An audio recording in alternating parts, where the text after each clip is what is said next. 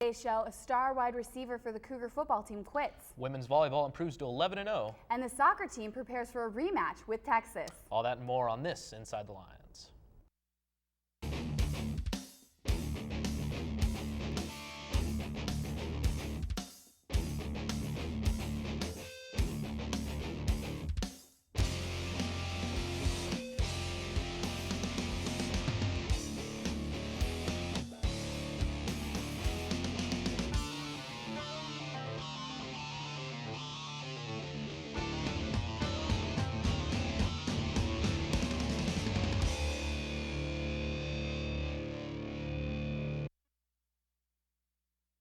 To the first episode of this year's Inside the Lines. I'm Michelle Ledka. And I'm David Pete. Thanks for joining us this season. Shocking news spread throughout the campus on Wednesday when Joshua Anderson announced that he would be leaving the WSU football team to focus on his track and field career. Head football coach Paul Wolf says he supports Anderson 100% in his decision and wishes him nothing but the best. Anderson's track and field career has been dazzling. He currently is the two-time defending NCAA champion in the 400-meter hurdles, as well as a three-time All-American. Although his football numbers don't quite stack up against his track and field statistics, Anderson finished his football career with 48 catches for 743 yards and 4 touchdowns. All right, now let's get to the highlights. Cougs are looking to bounce back after a disappointing loss in the opener at Martin Stadium to the Stanford Cardinal. Hoping another change of scenery would bring different results, we take you now to a 35-0 Hawaii lead over at Questfield. Pick up action in the second quarter. Hawaii quarterback Greg Alexander takes a snap looking to run it in on the draw play, but is slacked by safety Xavier Hicks. Ball pops out and is picked up by Chima Wakaku, who then streaks down the sidelines, giving the Cougars great field position. We now pick up action with Kevin Lupalina looking to capitalize on the great field position, handing off to running back James Montgomery, a name we'll be saying a lot this year, takes off for a nice gain. Later in the drive, it'll be again Montgomery who goes off, picking up more yardage, eating it up. However, after this great gain, the drive would stall. That stall in the drive would lead to another James Montgomery run, who takes up the middle again, eating up yardage, making it look easy on Paul Wolf and the rest of the staff. But it then stalls, and we pick up to Nico Grasu, putting up 3 points for the Cougars and getting them on the board finally. Pick up action in the second half after the Cougs have already added another field goal. Kevin Lopalina drops back and fires left over the middle to Daniel Blackledge for the completion. Now on 4th down, we'll pick up the action from the Hawaii 25, looking to gain 1 yard. Out of the I formation, handoff to James Montgomery, who gets the yard and more as he streaks down the right sidelines, picking up a nice gain for the Cougars, which sets up this next play, the 2-yard run touchdown for guess who? That's right, number 21, running back James Montgomery, who slides in. That score would cut the lead to 35-13. Now, once again, we pick up action as Hawaii finds themselves deep in Cougar country, looking to score again on the direct snap to running back Inoki Funaki when he is met by a pack of Cougars who cause a collision and fumble. Cougs recover. And who has the ball at the bottom of the pile? Well, let's just find out. It's the big boy, number 90. It is the man, Toby Turpin. And as you can see on this next replay, we'll show in slow motion, number 43, Jared Alex Hoffman Ellis, causes a loose fumble by hitting his helmet on the ball. Not too planned out, but it gets the job done, doesn't it, folks? We'll now pick it up as Coug takes over deep in their own territory. Lapina drops back, avoids the pressure, steps up, and fires deep down the sidelines for Joshua Anderson. Potentially the last big catch of his football career, folks, as we'll get to later. Cougs now on the 5-yard line, looking to punch it into the end zone. Lapina takes the snap out of the shotgun, as you will see here shortly. Takes the snap and then makes like James Montgomery and runs it up the middle for the 6. That score would now cut the Hawaii lead to 30-20, as you see the Cougs celebrating here. Everybody fired up in the Palouse. However, that would be as close as the Cougars get as they fall after Hawaii adds on a late field goal, 38-20. However, an inspired effort by the Cougars.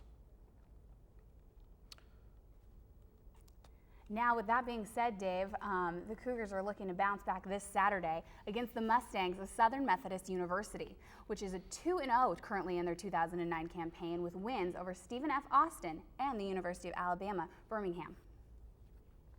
Now, let's hand it over to Abby Vansell for an interview with Cougar starting safety Chima Wakamachiku. We're interviewing Chima Wakamachiku. And hi, Chima, how are you? Doing all right. Joshua Anderson has left the team to focus on his track career. Do you have any comment on this situation? We wish him the best of luck. He's been a great guy on our team, and he's obviously the NCAA men's champion 2 times in a row. So, we understand what he has to go do. So we wish him the best of luck. The Cougs are off to an 0-2 start this season, but the consensus on campus is that we look very improved. So what do we need to do to get back to prominence? I think we just need to put a full game together and start putting some of the things that we've been doing on the practice field and have it show up on the game field. As soon as we start doing that, you guys will see a much improved score and hopefully some wins. So we're playing SMU on Saturday. What are some strings that we need to pull in order to pull through that win? Well, they're the same type of offense that we played versus Hawaii, so we're going to get used to something that we've seen. And we've been practicing them for 2 weeks now. That's the way we're looking at it. And so we're just going to mix up some coverages and just try and play Cougar defense. So. Back to you, Michelle and Dave. We're going to be taking a quick break, but stay tuned because when ITL comes back, our Jill Winters will be interviewing star Cougar soccer player Kirsten Dahlstrom, and our experts will then debate intriguing sports stories from around the world. Welcome back to Inside the Lines. So far this season, the Cougar soccer team is continuing their success from 2008. The Cougs are 4-2-0 for the season, with their last win coming over the number 18 team in the nation, BYU. The Cougars beat BYU 2-1 with the goals from Kirsten Dahlstrom and Carly DeBratz. DeBratz scored the game winner in the 68th minute off a free kickoff from sophomore Jacqueline Roth. The Cougars are traveling this week to Texas to battle the team that ended their season last year, the University of Texas. They will also play University of Stephen F. Austin on the swing. The Cougars will have the rematch with Texas, which they've had scheduled on their records since they were released. They'll be looking to avenge last year's loss. And here we now have Jill Winters with more from Kirsten Dahlstrom, the current Pac-10 conference leader in goals scored and points. I'm here with Kirsten Dahlstrom. She's a member of the women's soccer team. She's currently 3rd on the WSU all-time goals list with 24 goals. She's in the top 10 in points and game winners, and she's 2nd in the Pac-10 with 7 goals. Kirsten, how does it feel to be one of the top players in women's history at WSU? It feels great. I mean, it's a good honor to have, I guess. I don't really focus too much on my individual accomplishments like that too much. I just want our team to do well and to win games. So what goals did you set for yourself at the beginning of this season? One of the things I did differently this year was break up the season into phases. So we have about, I think, 3 to 4 phases or 5 phases. So I focus on little parts of the season and just those. So I go like one phase at a time to, I guess, perform better. Okay.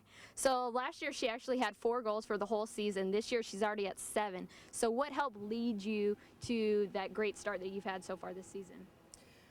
I played a lot this summer on a semi-professional team in Tucson, Arizona, and so I got to play with a great team down there and just really focus on soccer. I didn't have a whole lot of national team stuff, so I got to just focus on being home and playing as a forward, not as a defender as I normally do. So that helped a lot. Okay. In 2008, she was a member of the all-scholar soccer team. She also helped lead the Cougars to their first NCAA appearance since 2002.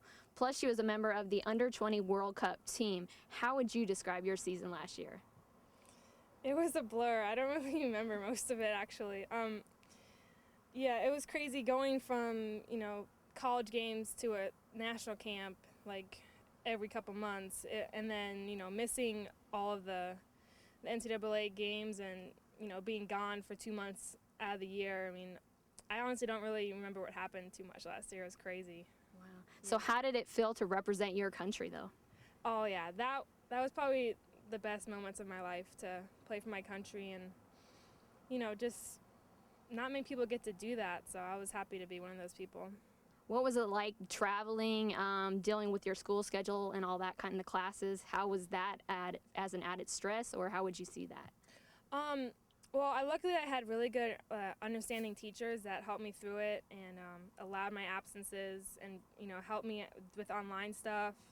And, just taking a limited amount of classes wasn't really that bad, to be honest, class-wise. All right, so last year in the first round of the NCAA tournament, most people don't know, but they actually faced off against Texas. Kirsten obviously was playing with the World Cup team in Chile that won the gold medal. How was it